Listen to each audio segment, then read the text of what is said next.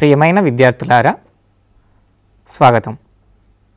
మన సమాజంలో ఆడపిల్లల చదువుల్లో మగపిల్లల చదువుల్లో ఏమైనా తేడాలు ఉన్నాయా? వారు ఎంచుకునే కోర్సుల్లో, ఉపాధిలో, ఇళ్లల్లో చేస్తున్న పనుల్లో, ఆస్తి హక్కులో, సంపాదనలో ఏమైనా తేడాలను గమనించారా? మన చుట్టూ సమాజంలో ఇటువంటి తేడాలు ఎక్కువగా ఉన్నాయని మనకు తెలుసు. అయితే ఈ తేడాలు ఎక్కడి నుంచి వచ్చాయి, ఎప్పటి నుంచి వచ్చాయి అనేది మనం తెలుసుకోబోతున్నాం. మన 90% ఇళ్లల్లో బాలికల చదువులకు అనేక ఆటంకాలు ఎదురవుతూ ఉంటాయి. మీ వయసుల్లో కూడా అబ్బాయిలు స్కూల్ అయిపోయి ఇంటికి వెళ్ళిన వెంటనే మీరేం చేస్తారు? ఆడుకోవడానికి పరిగెడతారు.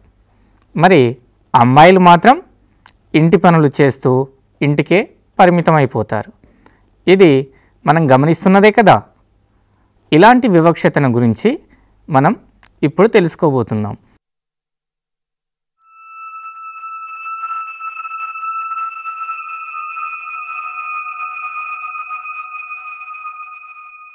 ఆడపిల్లగా పుట్టడమే ఆ అమ్మాయి తప్పైంది. కుటుంబ సభ్యులే తనపై వివక్ష చూపడం తట్టుకోలేకపోయింది.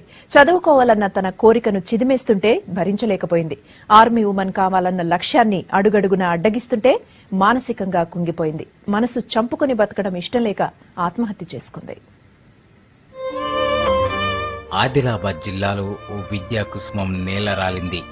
తన చదువు విషయంలో తండ్రి ఆంక్షలతో మనస్తాపం చెందిన సంగీత ఇలా తనువు చాలించింది.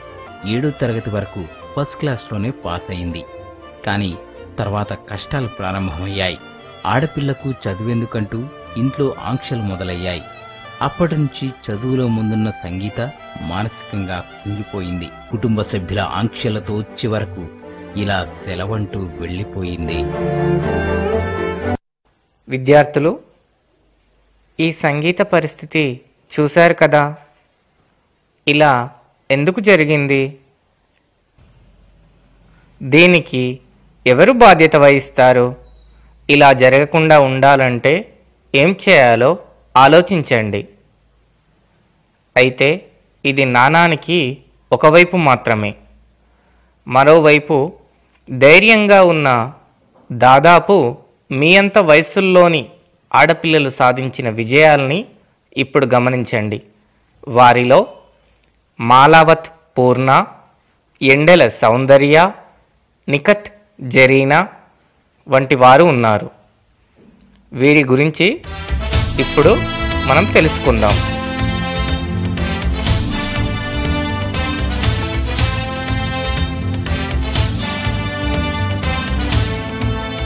పువ్వు పుట్టగానే పరిమళిస్తుందన్నట్లు తెలంగాణకే గర్వకారణంగా నిలిచారు ఆడబిడ్డలు.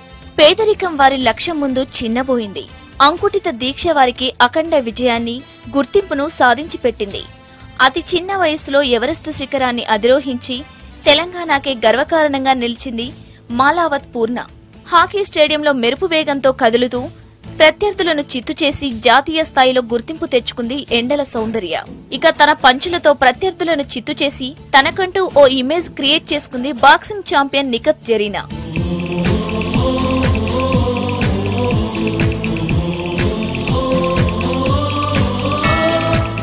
నిరుపేద గిరిజన కుటుంబానికి చెందిన పూర్ణ సొంతూరు నిజామాబాద్ జిల్లా సిరికొండ మండలం పడ్కల్ గ్రామం.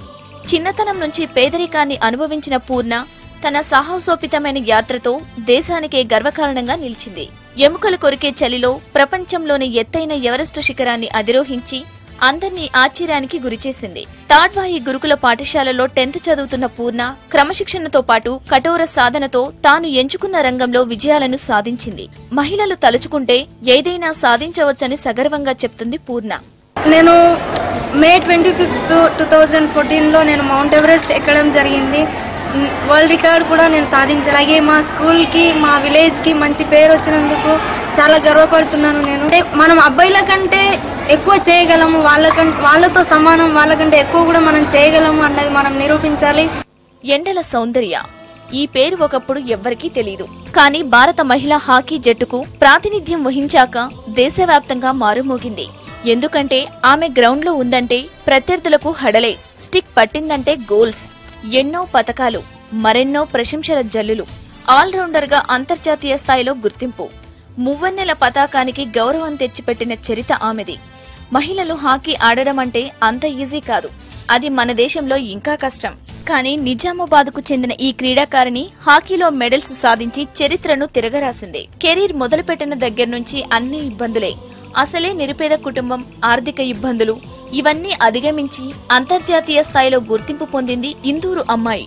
2000 సంవత్సరం నుంచి 2006 వరకు 16 సార్లు జాతీయ ఛాంపియన్షిప్ లో ప్రాతినిధ్యం వహించింది. 2006 నుంచి 2008 వరకు వరుసగా 3 సార్లు స్వర్ణ పతకాలు సాధించింది. ఇక నిజామాబాద్ జిల్లా మరో ముద్దుబిడ్డ నిఖత్ జరీనా అంతర్జాతీయ మహిళా బాక్సింగ్ పోటీల్లో తన సత్తాను చాటుతోంది. ప్రపంచ రికార్డులు సాధించింది. ఆమె పంచ్ పవర్ కు ఎన్నో గోల్డ్ మెడల్స్ దాసోహమైనాయి. వరల్డ్ ఛాంపియన్షిప్ లో భారతదేశాన్ని అగ్రభాగానే నిలబెట్టిన ఘనత నిఖత్ జరీనాదే. అతి కష్టమైన బాక్సింగ్ ను ఎంచుకోవడమే కాదు, అందులో అద్భుతమైన ప్రదర్శనను కనబరుస్తూ దేశ ఖ్యాతిని విశ్వవ్యాప్తం చేసిన ఘనత నిఖత్ది.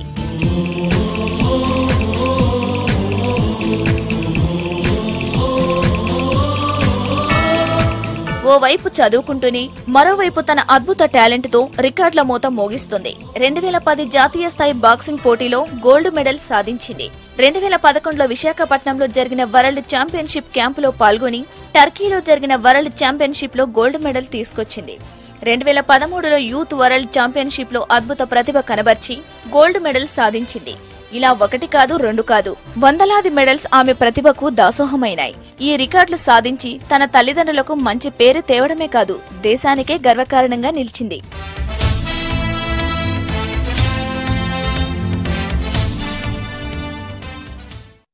పిల్లలు చూశారు కదా మన తెలంగాణ ఆడబిడ్డలను.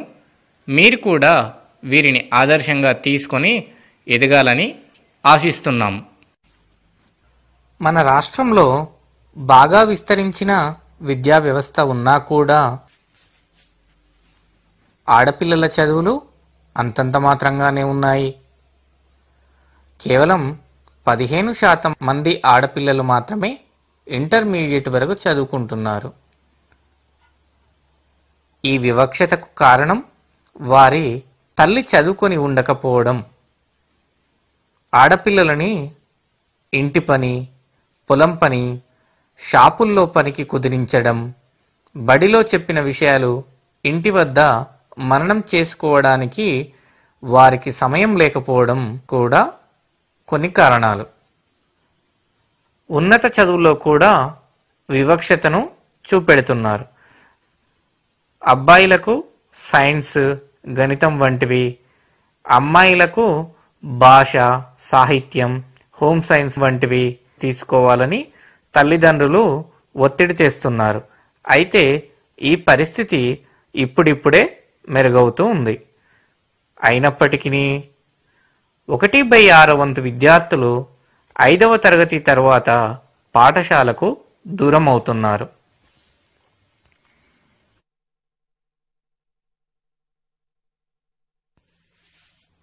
ఆస్తి హక్కు. తల్లిదండ్రుల ఆస్తిపై స్త్రీ పురుషులకు సమానంగా హక్కులుంటాయి. కానీ మన సమాజంలో ఆస్తులు మొత్తం పురుషుల పేరుపై ఉండటం మూలాన స్త్రీలకు ఆస్తిపై హక్కు ఇవ్వడం లేదు. కాబట్టి వీరికి ఆర్థిక స్వాతంత్రం ఉండడం లేదు. దాంతో వీరు తండ్రిపై, భర్తపై, వృద్ధాప్యంలో కొడుకులపై ఆధారపడవలసి వస్తుంది. 1980వ దశకంలో వచ్చిన చట్టాల వల్ల మన రాష్ట్రంలో పరిస్థితి కొంత మెరుగైంది. వారసత్వ ఆస్తిలో స్త్రీలకు సమాన వాటా కల్పించిన మొదటి రాష్ట్రం మనదే.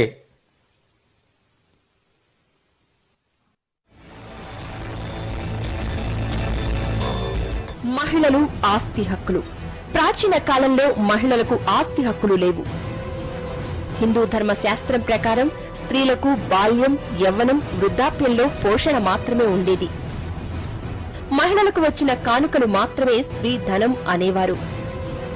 కానీ స్త్రీ ధనాన్ని కూడా అత్యవసర పరిస్థితుల్లో భర్త మాత్రమే వాడుకునే అవకాశం. మొట్టమొదటిసారిగా 1937లో హిందూ మహిళల ఆస్తి హక్కు చట్టం వచ్చింది. ముఖ్యంగా వితంతువులకు చనిపోయిన భర్త ఆస్తులపై కొన్ని హక్కులు ఇచ్చారు. అవి కూడా పరిమితమైన హక్కులను మాత్రమే కల్పించారు. అంటే జీవితకాలం ఆస్తిపై వచ్చే ఆదాయాన్ని అనుభవించే హక్కు. దీనిని అమ్మే హక్కు, ఎవరిపై ట్రాన్స్ఫర్ చేయటం, వీలునామా రాయరాదు. స్త్రీ తదనంతరం భర్త వారసులకు చెందుతుంది. 1956 హిందూ వారసత్వ చట్టం సెక్షన్ 14లో మార్పులు వచ్చాయి. మహిళలకు ఉన్న అసంపూర్ణ ఆస్తి హక్కును ప్రథమ శ్రేణి వారసులుగా గుర్తించారు. అంటే తల్లి, భార్య, కూతురు, వితంతువైన కోడలు. దీనిపై సెప్టెంబర్ 5, 1985లో ఎన్టీఆర్ చట్టం వచ్చింది. ఆ తర్వాత 2005లో కేంద్ర చట్టం వచ్చింది.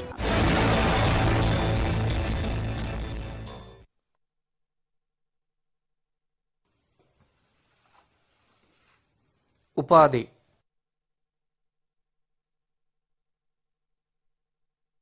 స్త్రీలు ఇప్పుడిప్పుడే ఉద్యోగాలు చేయటానికి బయటకు వస్తున్నారు కాబట్టి వారు ఆర్థికంగా నిలదొక్కుంటున్నారు. ఉద్యోగులుగా, కార్మికులుగా సొంతంగా దుకాణాలు నిర్వహించడం ద్వారా ఉపాధి పొందుతున్నారు. ఒక్కోసారి వీరు ఉద్యోగాలు చేస్తున్నా కూడా రక్షణ లేని పరిస్థితులు ఎదుర్కొంటున్నారు. చాలా కుటుంబాలలో బాలికలు పౌష్టికాహార లోపంతో మరియు సరైన చదువు లేకుండా పెరుగుతున్నారని చూశాం. దాని ఫలితంగా మంచి జీతభత్యాలు పొందే వీలు లేకుండా పోతుంది. స్త్రీలు బాగా చదివిన వారైనప్పటికీ ఇంటి పనులకే పరిమితం చేయడాన్ని గ్రామీణ భారతంలో అధికంగా చూస్తున్నాం. ఇంట్లో కూడా ఏదైనా అవసరం వస్తే స్త్రీలతో సెలవులు పెట్టిస్తూ వారి ఉద్యోగాలకు వారి కుటుంబ సభ్యులే ఆటంకాలు కల్పిస్తూ ఉంటారు.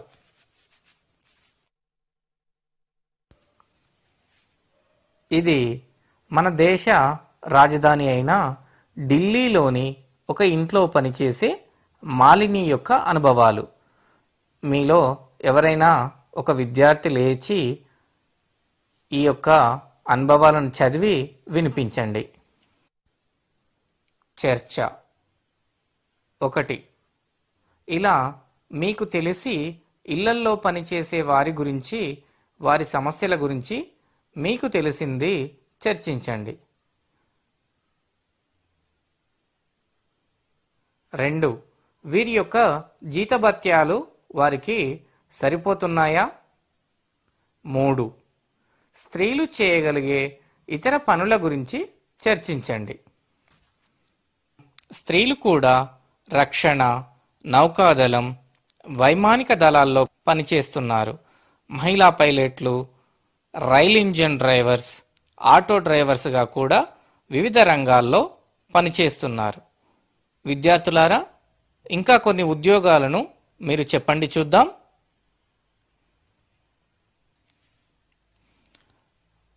మన దేశంలో తొలి రైల్ ఇంజన్ మహిళా డ్రైవర్ సురేఖ యాదవ్. లింగ వివక్షతకు గురి అయ్యే అంశాల జాబితా తయారు చేయండి.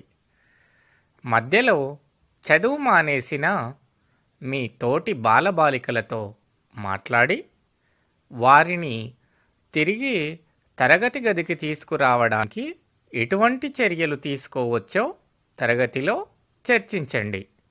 విద్యార్థులారా, ఈ వీడియో చూశారు కదా, అందులో ఏం గమనించారు? ఇక్కడ మనం చూసిన అంశాలు మన నిత్య జీవితంలో మన చుట్టుపక్కల చూస్తున్నవే కదా. మీ ఇళ్లల్లో కూడా ఆడపిల్లల చదువులకు ఆటంకాలు ఏమైనా ఉన్నాయా? సంగీతకు ఎదురైనటువంటి పరిస్థితులు మీకు ఎదురైతే మీరు వాటిని ధైర్యంగా ఎలా ఎదుర్కొంటారో వివరించండి. ఇటువంటి ఒక సన్నివేశాన్ని మీ తరగతిలో నాటకంగా ప్రదర్శించండి. మన తెలంగాణలో ఈ వివక్షత ఎలా ఉందో, ప్రజలు ఏమనుకుంటున్నారో, వారి యొక్క ధోరణి ఏ విధంగా ఉందో ఈ వీడియోలో గమనించండి. అలాగే మన దేశంలో వివిధ రంగాల్లో మొదటగా ఎన్నికైన మహిళల జాబితాను తయారు చేసి తరగతిలో ప్రదర్శించండి. గుర్తింపు లేని శ్రమ. సాధారణంగా స్త్రీలు చేసే పనులకు గుర్తింపు లభించదు. వారు ఇంటి పనులు, వంట పనులు, వ్యవసాయ పనులు ఎన్నో చేస్తుంటారు. అయినా సరే వారికి సరైన గుర్తింపు ఉండదు. మీరు ఒక్కసారి ఆలోచించండి. మీ అమ్మ, వదిన, అక్క వాళ్ళు రోజు ఎన్నో పనులు చేస్తుంటారు. దానికి ప్రతిఫలంగా మనం డబ్బులు ఇవ్వాలంటే ఎన్ని డబ్బులు ఇవ్వగలం? కానీ వీరు మన నుంచి ఏమీ ఆశించరు. వంట పని, ఊరగాయలు పెట్టడం, బట్టలు ఉతకడం, పిల్లల రక్షణ, అనారోగ్యంతో ఉన్న వారికి సేవలు చేయడం, కుట్లు, అల్లికలు, కూరగాయలు తేవడం, ఇవన్నీ అమ్మ వాళ్ళు చాలా బాధ్యతగా చేస్తూ ఉంటారు. వీటి వల్ల మనకు అర్థమయ్యేది ఏమనగా, స్త్రీ ఎంతో కష్టపడితే గాని ఇల్లు గడవదు. అయినా గుర్తింపు నోచుకోదు. విద్యార్థులారా, మీరు ఆలోచించండి. అమ్మ ఎంత కష్టపడి మిమ్మల్ని స్కూలుకు పంపిస్తూ ఉంది. అందుకని మీరు శ్రద్ధగా చదువుకొని అమ్మ చెప్పినట్టు వినాలి. అల్లరి చేయకుండా స్కూల్లో టీచర్ చెప్పింది విని బాగా నేర్చుకుని మీరు కూడా భవిష్యత్తులో గొప్పవారిగా కావాలి. స్త్రీలను గౌరవించండి, తక్కువగా చూడకండి. మన దగ్గర రైతు అంటే కేవలం పురుషులే అనే భావన ఉంది. కానీ పొలంలో పనిచేసే వాళ్ళలో ప్రతి 10 మందిలో 8 మంది స్త్రీలే. భూమిని దున్నటం, విత్తనాలు చల్లటం, కలుపు తీయటం, నీళ్లు పెట్టడం, పంట కోయడం, నూర్పిడి చేయడం వంటివి స్త్రీలు చేస్తున్నారు. అయినప్పటికీ వారికి గుర్తింపు లభించుటలేదు.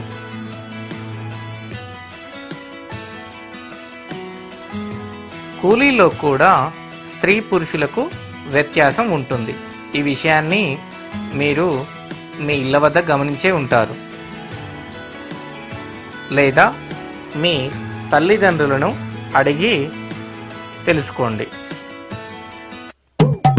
చిన్నమ్మ, ఒక దినం కూలి ఎంత మీకు? 200. ఓ అన్న, నీకెంత? 300. చూసినావా, అందుకే మీరున్నాడు.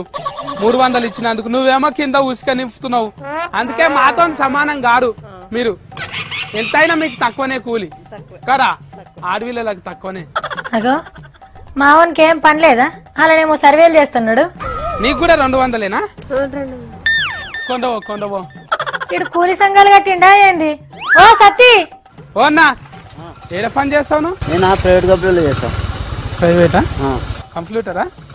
ఎంత వస్తుంది జీతం? 30,000 వస్తుంది. 30,000 వస్తారా? అంతగానో వస్తారా? ఓ బుజ్జి, ఏడ పని చేస్తాను? ఆఫీస్లోనా? ఎంత జీతం నీకు? 10,000. చూసినావా, తక్కువ నీకు. వాళ్ళ జీతాల గురించి నీకెందుకురా? ఆడపిల్లలకి ఎక్కువ పైసలు వస్తున్నాయా, మగ పిల్లలకి ఎక్కువ పైసలు వస్తున్నాయి అంట నడుచుకుంటున్నాక. ఆడపిల్లలకి అయితే అడ్డికి ఫావుసేరు జీతం వస్తున్నారు. ఎందుకు వాళ్ళతో సమానంగా పని చేస్తలేరా వాళ్ళు? ఏ సమానం ఎందుకు కాదురా? నువ్వేమన్నా నాకంటే ఎక్కువ కష్టపడుతున్నావా? ఎక్కువ కష్టపడురు తక్కువ కష్టపడురు చూడరిడా. అగో అదెట్లా? కష్టపడ్డోళ్ళకి జరంత ఎక్కువ విలువ ఉంటది, జీతం కూడా ఎక్కువనే ఉండాలి కదా. ఆడపిల్లలు ఎక్కువ పని చేసినా మగ పిల్లలు తక్కువ పని చేసినా మగ పిల్లలకే ఎక్కువ జీతం వస్తుంది. ఏ ఎందుకురా సమానంగా అంది? నీకేమన్నా 4 రెక్కలు ఉన్నాయా, 6 కాళ్ళు ఉన్నాయా? ఏమో బగ్గ పని చేస్తున్నాడు బిల్డపించుకుంటా ఊకే సమానం కాదు అంటున్నావు. మన ఇంటి పక్కకు రమేష్ గారు లేరా? ఆయన పెండ్లం ఇద్దరు షాపింగ్ మాల్లో పని చేస్తారు. ఆయనకేమో ఒక జీతం, ఆమెకేమో తౌక జీతము. ఏడుంది సమానము? అట్లెట్లయితే సత్తి, ఇద్దరు చేసేది ఒకటే పని అయినా తక్కువ జీతమేనా? ఏదో ఒక రోజు మీకన్నా ఎక్కువ జీతాలు ఎత్తుతారు. మాతో సమానంగా జీతం ఎత్తాలంటే 170 ఏండ్లు పడుతుందంట మీకు. అక్క 170 ఏండ్లు ఉంటావా నువ్వు? ఉండు, జీతం ఎవకొస్తుంది అప్పుడు. ఇంకా ఏమో ఆడోళ్ళేమో అన్ని రంగాలలో పనిచేస్తున్నారు. సరిగా నీకెవరు చెప్పిండ్రా ఇది? ప్రపంచ ఆర్థిక వేదికలే చెప్పిండ్రాక. మనమేం చేస్తాం? అబ్బచ్చా, మరి అట్లయితే నీ బట్టలు నువ్వే ఉతుక్కుంటావారా? నీ కూర నువ్వే వండుకుంటావు ఇప్పుడు సంది? గాఫన్లు ఎవరు చేస్తారాక? ఆయన ఇజ్జత్ పోతారు, నువ్వే చేయాలి. అవి ఏమనుకుంటారు చూసేటోళ్ళు? ఇంటి పని వంట పని చేసి నేను ఆఫీస్కి వస్తే నువ్వేమో మంచిగా తిని ఆఫీస్కి వస్తున్నావు. నీకు గింత నాన్న కనికరం లేదు కదరా? అన్ని పనులు చేసి ఆఫీస్కి వచ్చి మళ్ళా రాత్రికి పోయి బువ్వ కూర అంటేనే తింటావు నువ్వు.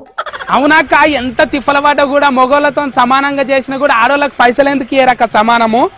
ఏమోరా సత్తి, ఆడోళ్ళంటే కడుపులున్నప్పుడే ఇసుకించుకుంటారు, ఈ ఎదగనిస్తారా? అంతా మీ రాజ్యమేనాయే. లేవాలే మగిలా లోకం, నిర్రలేవాలి మగిలా లోకం. విద్యార్థులారా, ఈ వీడియో గమనించారు కదా? ప్రపంచ ఆర్థిక వ్యవస్థ నివేదిక ప్రకారం మన సమాజంలో స్త్రీ పురుష ఆర్థిక సమానత్వం సాధించడానికి ఇంకా 170 సంవత్సరాలు పడుతుందని తెలిపింది. స్త్రీ పురుష సమానత్వం విషయంలో మన దేశం 87వ స్థానంలో ఉంది. మీ ప్రాంతంలో స్త్రీలకు పురుషులకు ఎంతెంత కూలీలు ఇస్తున్నారో ఇంటి దగ్గర తెలుసుకుని తరగతిలో చర్చించండి.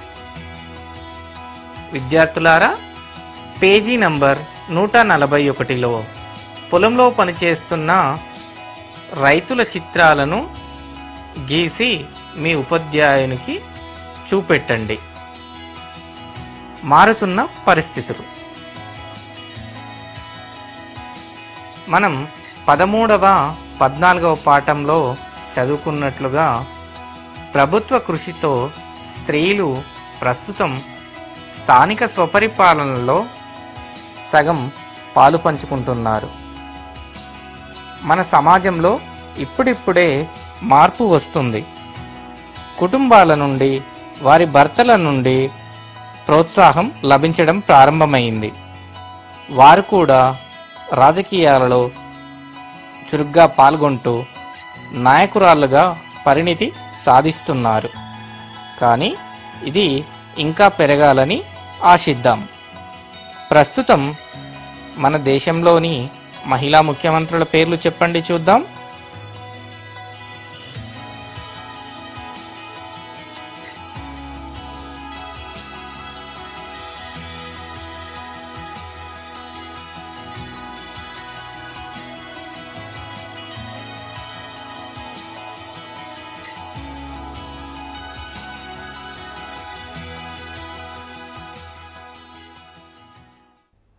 విద్యార్థులారా, ఈ వీడియోను చూశారు కదా?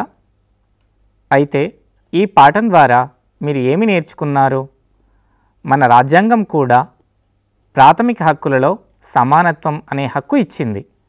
కానీ మనం పనిచేసే చోట కానీ, పోషక ఆహారం విషయంలో కానీ, విద్య వైద్యంలో కానీ సమానత అనేది మనం ఇంకా సాధించాల్సిన అంశంగానే మిగిలిపోయింది. తల్లిదండ్రులు తీసుకునే చిన్న చిన్న జాగ్రత్తలే రేపటి మీ బంగారు భవిష్యత్తుకు బాటలు వేస్తాయి. భావి భారత పౌరులుగా మీరు ఎలా మసలుకోవాలనుకుంటున్నారు? మీ తోబుట్టువుల పట్ల, మన సమాజంలోని స్త్రీల పట్ల, మీ యొక్క ప్రవర్తనను ఎలా మెరుగుపరుచుకోవాలనుకుంటున్నారు? ఈ పరిస్థితిని ఇంకా మెరుగుపరుచుకోవడానికి మీరు ఇచ్చే సలహాలు ఏమిటి? బాలికల వివక్షతను అధిగమించే ఒక నాటికను తరగతిలో ప్రదర్శించండి. అలాగే ఈ సందర్భంలో మీకు వచ్చే సందేహాలను మీ యొక్క ఉపాధ్యాయునితో కలిసి చర్చించండి. మంచి భావి భారత పౌరులుగా మెలగండి.